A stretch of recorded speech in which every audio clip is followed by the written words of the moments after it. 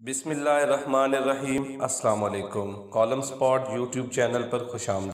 Mughal policy कैसी थी? मलका विक्टोरिया की पुलिस का नामा माल तो हमारे सामने है, जो 1860 में कायम की गई और थोड़ी सी रिफूगरी के बावजूद आज भी अपनी इसी नौआबादियाती ढांचे पर कायम है। और इस खूबी का एतराफ़ पंजाब पुलिस की वेबसाइट पर भी मौजूद है कि हम इसी ढांचे पर खड़े हैं जो बरतानवी ग़ुलामी के दौर में नीपर साहब ने वाज़ह किया था।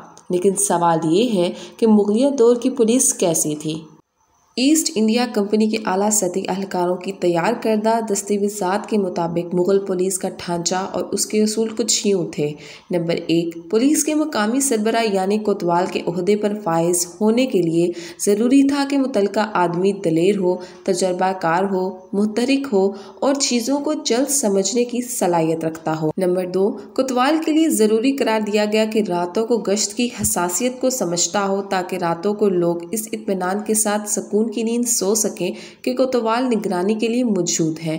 नंबर 3, कोतवाल का ये फ़र्ज़ था कि वो एक ऐसा रजिस्टर रखे जिसमें वो तमाम घरों और आमदोरफ्त वाली सड़कों की तफसील दर्ज करें। कोतवाल की जिम्मेदारी थी कि वो सब लोगों को यूँ जोड़ कर रखें कि वो एक दूसरे की खुशी और गमों में शरीक हों और एक दूसरे से ताउन करें और ज़रूरत हो तो एक दूसरे की मदद भी करें। नंबर 4, कोतवाल की जिम्मेदारी थी कि शहरों को मोहल्लों और वार्ड में तकसीम करे और वहाँ हर मोहल्ले और वार्ड का एक मुनासिब और मौजू आदमी निगरान और मुंतजिम यानी मीर मोहल्ला मुकर्रर करे। मीर मोहल्ला हर रोज़ अपनी मोहर और दस्तखों से कोतवाल को उस मोहल्ले की तफसीली रिपोर्ट भेजने का पाबंद था, जिसमें हर अहम वाक़या दर्ज होता था और ये तफसील भी मौजूद होती थी कि इस मोहल्ले में कौन आया और कौन गया। नंबर 6, हुक्म था कि मीर मोहल्ला मनमानी नहीं करेगा, बल्कि इसकी तर्ज अमल की भी निगरानी होगी और कोतवाल का ये फ़र्ज़ होगा कि वो मीर मोहल्ला पर जासूसी मुकर्रर करे, एक मुकासी आदमी और एक ऐसा आदमी जिसे वो जानता ही ना हो।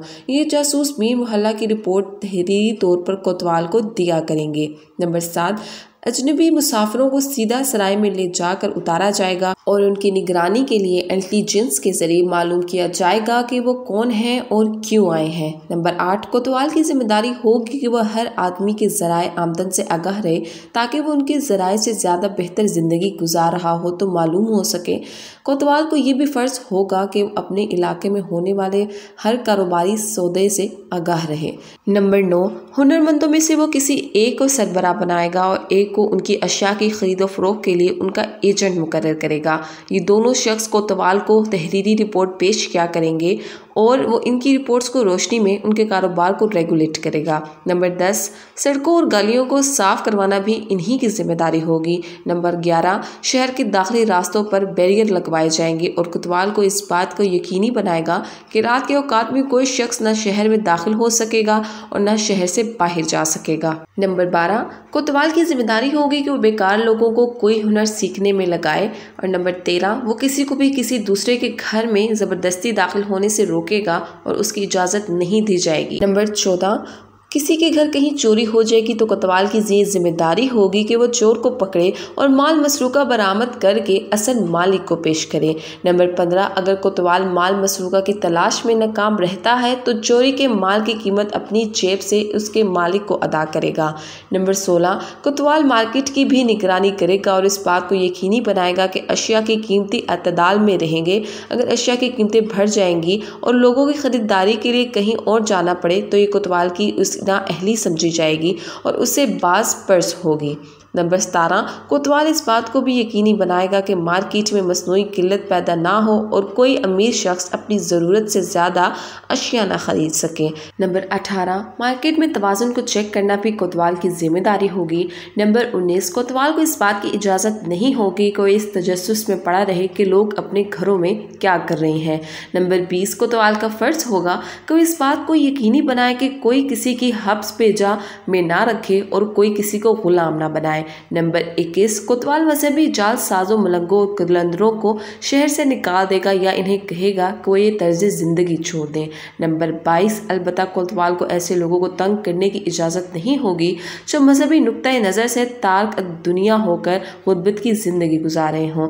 इस कदर जिम्मेदारियों के साथ कोतवाल की तनख्वाह भी गैर मामूली थी। बरतानिया के बनाए हुए पुलिस कमीशन 1902 की रिपोर्ट के मुताबिक मुगल दौर में कोतवाल की तनख्वाह 9,000 रुपये थी, जबकि बरतानवी नौबादियाती निज़ाम के तहत जब पुलिस कायम की गई तो उसकी तनख्वाह इंतहाई कम थी। मुगल इक़्तिदार के खात्मे के 4 अशरे बाद यानी 1900 में एक कांस्टेबल की माहाना तनख्वाह सिर्फ 7 रुपये थी। 700 नहीं, सिर्फ 7 रुपये।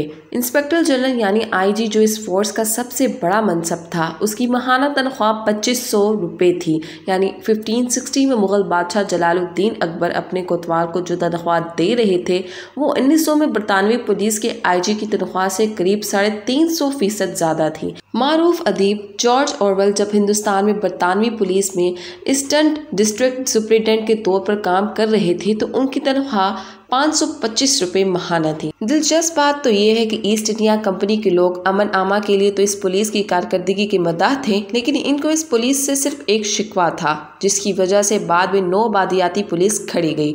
वो शिकवा क्या था? बरतानवी पुलिस कमीशन की अपनी रिपोर्ट के मुताबिक शिकवा ये था कि वो पुलिस का ढांचा बरतानिया की सियासी ज़रूरियात पूरी नहीं करता था और इस बरतानवी कब्जे को मुस्तहकम करने में मुआवन साबित नहीं होता था। चुनाचा एक मकसद के लिए एक नई पुलिस खड़ी की गई जो आज तक माशरे का इम्तिहान ले रही है।